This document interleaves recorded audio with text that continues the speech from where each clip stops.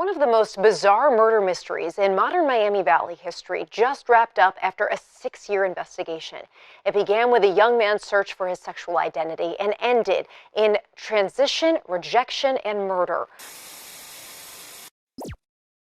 Her heinous crime shocked the world, and her motives left investigators baffled. In today's video, we delve into the chilling case of the evil woman who committed a disturbing murder.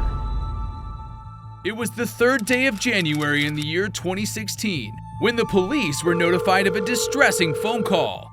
Little did they know that this call would be the catalyst for an extremely strange and puzzling murder investigation. The details of the case were unlike anything they had encountered before, leaving the authorities stunned and perplexed. But I was just out walking my dog, and I came across some bones that looked to me to be human. Maybe they're not.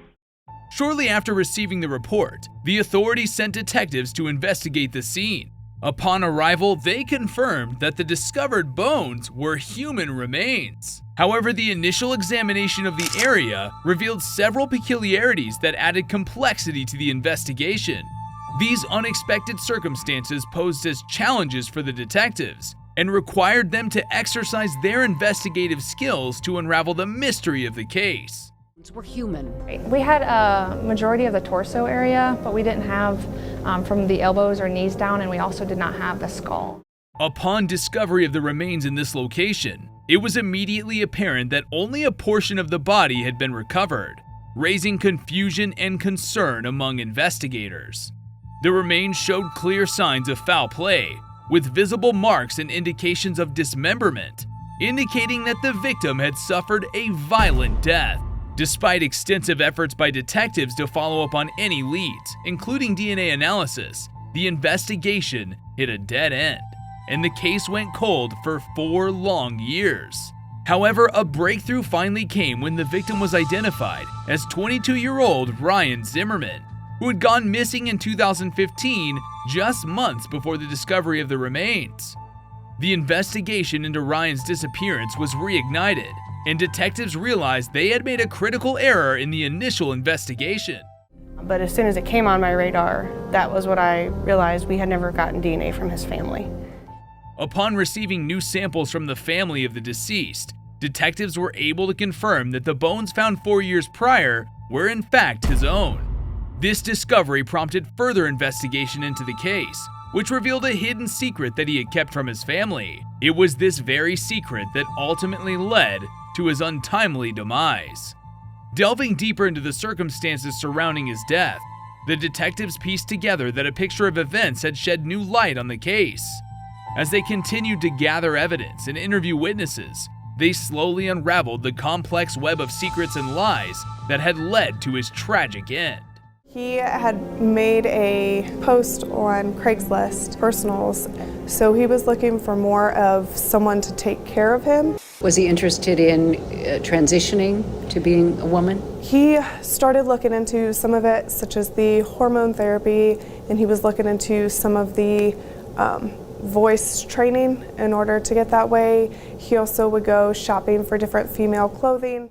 Ryan's social media and internet activity revealed that just a few months before his disappearance, he had met someone online by the name of Corey Buzzard. Ryan moved from his home in Kentucky to Corey's house in Ohio, alongside 2 women named Sarah and Naira. Ryan did his best to fit in with the other couple, but found himself often clashing with Naira due to his differing view on how transgender women should portray themselves. She felt that if you wanted to be a female, you needed to portray yourself as a female and not let anyone else know otherwise. Initially, Ryan's living situation seemed to be going smoothly for about a month. However, in late September, his situation took a turn for the worse. Ryan's boyfriend, Corey, ended their relationship and requested that Ryan moved out of their shared apartment. Despite his pleas to Sarah to let him stay, she informed him that his presence was only intended for Corey's benefit, and he needed to vacate the premises. However, the circumstances were not as straightforward as they seemed. During Ryan's stay, one of the roommates, Naira, had developed a disturbing fantasy of killing him. She saw Ryan's eviction as an opportunity to turn her fantasy into reality. Although Sarah initially believed Naira's intentions were jokes, she grew concerned after Naira began collecting tools and making detailed plans. I tried to talk her out of it calmly at first, and then I started getting a little hysterical. And she told me that if I didn't help, that she was going to do it anyway, and that it was going to be a lot messier and a lot harder to get everything done by herself. She said that she would just give me a small role to play, but she would do most of the heavy work. Sarah expressed her deep worries about the situation, but refrained from involving the police due to her affection for Naira. She couldn't bear the thought of betraying someone who had been a great source of support for her in the past, and felt that reporting Ryan's actions would make her a terrible person. She decided to assist Naira, even if it meant resorting to extreme measures like taking Ryan's life, rather than ending their relationship. She had a rag that she dipped in bleach, and she had a bottle of vinegar next to her. I guess they had some kind of chemical reaction and released some kind of poisonous gas. I don't really know, but she did the research for it. So when Ryan came out, I was waiting in the doorway of the office, waited until he walked down the hall, and then I jumped on him from behind. Naira came in and straddled him and then pressed the rag over his face. When he started making these guttural gasping noises, Naira let me get out from under him. I curled up in the office and cried. I wish that I didn't have to do it, but it was done. I was so scared and horrified, but I didn't stop her. Sarah and Naira then dumped his body into their bathtub, cut away his hands, feet, and head, then spent the following 3 days disposing of his body across multiple different states. But even before police were aware of this, they were still closing in on Sarah and Naira due to the information found on Ryan's social media.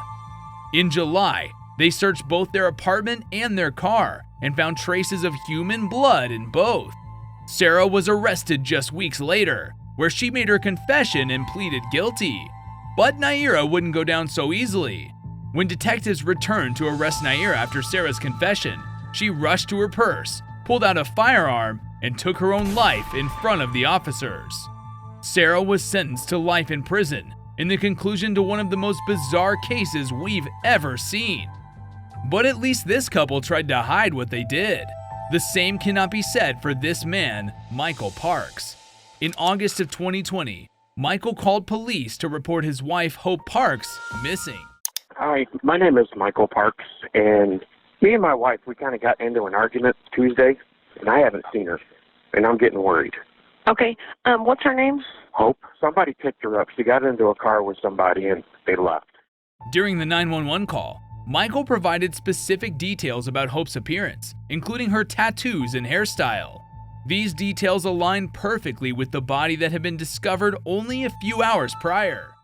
911, where is your emergency? I'm on North 225 West Road. There's a body hanging off the bridge, no head. I'm freaking out. I never seen something like this. That body was found underneath a barricade on the side of a bridge. The torso was visible on the road, while the legs were hanging off the side. The head was missing, and the body had tattoos that matched the ones described by Michael. As a result, Michael was brought in for questioning without being informed that the body had been found. During the interrogation, Michael recounts a recent argument with his wife regarding their son's drug abuse and living arrangements. Michael expressed that it was time for their son to move out to avoid enabling his behavior, while his wife disagreed. As a result, Michael presented his wife with an ultimatum: either their son moves out or Michael leaves. After a long search, the detective finally informs Michael that they might have discovered some leads regarding the whereabouts of his missing wife. Michael's demeanor takes a turn for the worse, and he displays body language that suggests he's concealing something. This is peculiar, since Michael has maintained that he is concerned for his wife's safety and wants her to return home. The detectives deduce that the best approach is to investigate Michael's current residence, and to absolve him of any suspicion. To everyone's surprise, Michael readily agrees to the search. What we'd like to do is be able to get consent, and we'd like to be able to get that from you. Is that something you'd be willing to do? I can bring you the car right now if you want. The eagerness that Michael displayed could have been seen as an indication of his innocence. However, the horrific scene that detectives stumbled upon at his home completely contradicted that notion. From the moment they arrived, detectives noticed numerous bloodstains on the porch, back patio, and the grass adjacent to the house. As they ventured further, they discovered bloody footprints circling the garage and a stray bullet lying beside the patio. But the gruesome reality was yet to be revealed. The detectives descended into the basement and were met with an even more horrific sight. The bloodstains grew more and more prominent, and the ground bore evidence of someone being dragged. It was then that they came across the decapitated head of Hope Parks lying in a shallow pool of dried blood. This discovery removed any doubt as to who the culprit was, and Michael became the prime suspect. Following a second interrogation, he admitted to accidentally shooting his wife. We were arguing, like I said, over my son. I was on the back porch after everybody left. I was going to shoot a groundhog. I had groundhogs in the backyard. I knew it. My neighbor does. He never came back. I went to discharge the gun. I shot 3 rounds into the tree. I went in the house. I was going to clean the gun. I sat at the kitchen table. It went off. There was still 1 round in it. She hit the floor. She was fixing dinner, and I panicked. After admitting to the crime of reckless homicide, Michael found himself imprisoned awaiting trial. However, new evidence surfaced that would ultimately prove crucial in this case. Detectives discovered that Michael had been researching the effectiveness of bottle silencers and pillow mufflers, 2 items not commonly associated with hunting groundhogs. This evidence sealed Michael's fate and resulted in his conviction for first-degree murder. Consequently, he was sentenced to spend the remainder of his life in prison. What impact did the discovery of Michael's research have on his trial? And why were these specific items significant to his conviction? Let us know in the comments below.